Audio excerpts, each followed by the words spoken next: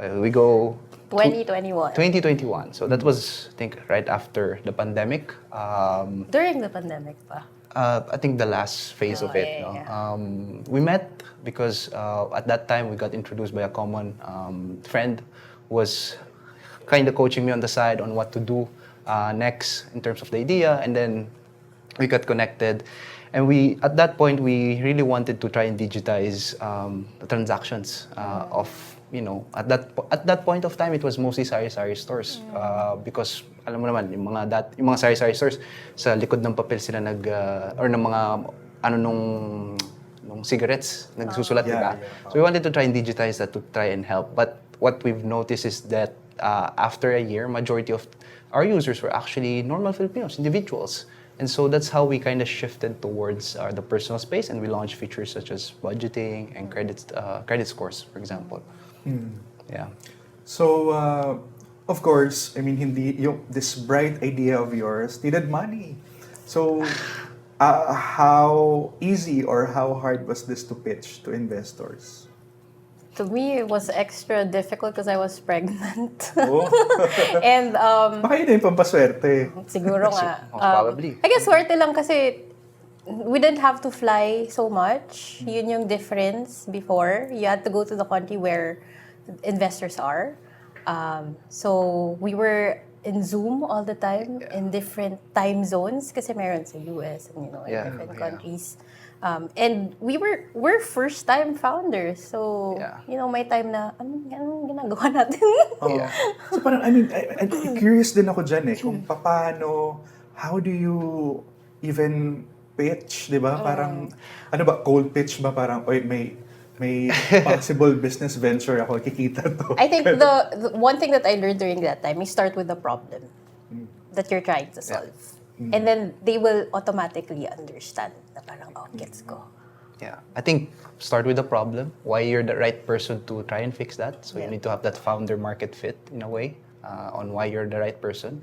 And then obviously as investors, they want to see how this company can grow.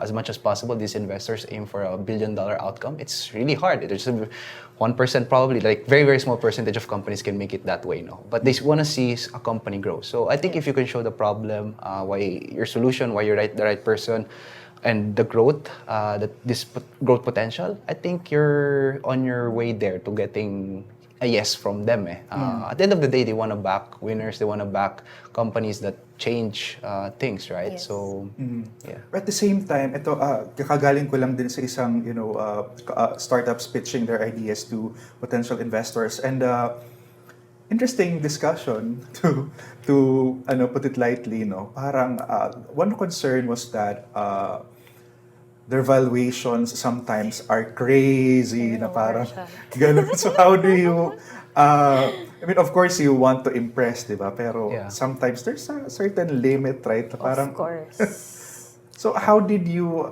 craft by this by this year? I mean, what's your advice to startups who, I mean, I think all potential founders believe, di ba, that their idea is $1 billion idea. You have to. You have to somehow as a founder, right? But I guess in terms of valuation, it's always going to be subjective. Everyone is going to have different opinions, right? Yeah. Whether if it's an investor that might not be suited for this company, they would say that this valuation is crazy because they cannot understand it. So then at the end of the day, it's very subjective, but it all boils down to the numbers and the data. Yes. If you have a historical data of what you've achieved and what... If you have a solid plan on how exactly. to achieve your goals, then you should be okay. You should, and you need to justify the valuation whether through numbers or actionable plan, basically. So, when you closed your first deal, anong feeling? Can you take me back to that day? Oh, shucks. I remember I think we were having dinner, and then we were waiting for news. Yeah. I think it was exciting. Super exciting, yeah. It was the same time I think she found out that she was actually pregnant. So almost at the same time she had two babies. She had an actual baby and then she had the startup. Yeah. But it was satisfying in a way that we were able to fundraise. But now you need to think as a founder, it doesn't stop there. Now you have responsibilities. You have investors to make happy, you have users to make happy, right? So I think it's okay to celebrate for that day when you receive the news or you get your first yes, but then remember to go back to working and your head's down to talking to users, because that's all that it matters at the end of the day. Okay. Touchy question, but I will still try to ask. Ano, kumusta finances? Lista. I would say we've been lucky. We've been growing exponentially. We started the company back in mid 2021. We've been able to close 3 rounds of funding from investors regionally. So top tier investors who've invested in mga unicorn companies now, right? So we've been lucky to get their guidance and be at this position. We still had a lot of work to do ahead of us.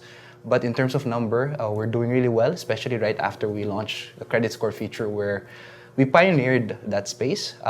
There's certainly improvements, but everyone is excited about it, and we've already been receiving so many inbound interest to do, to keep supporting the growth, essentially.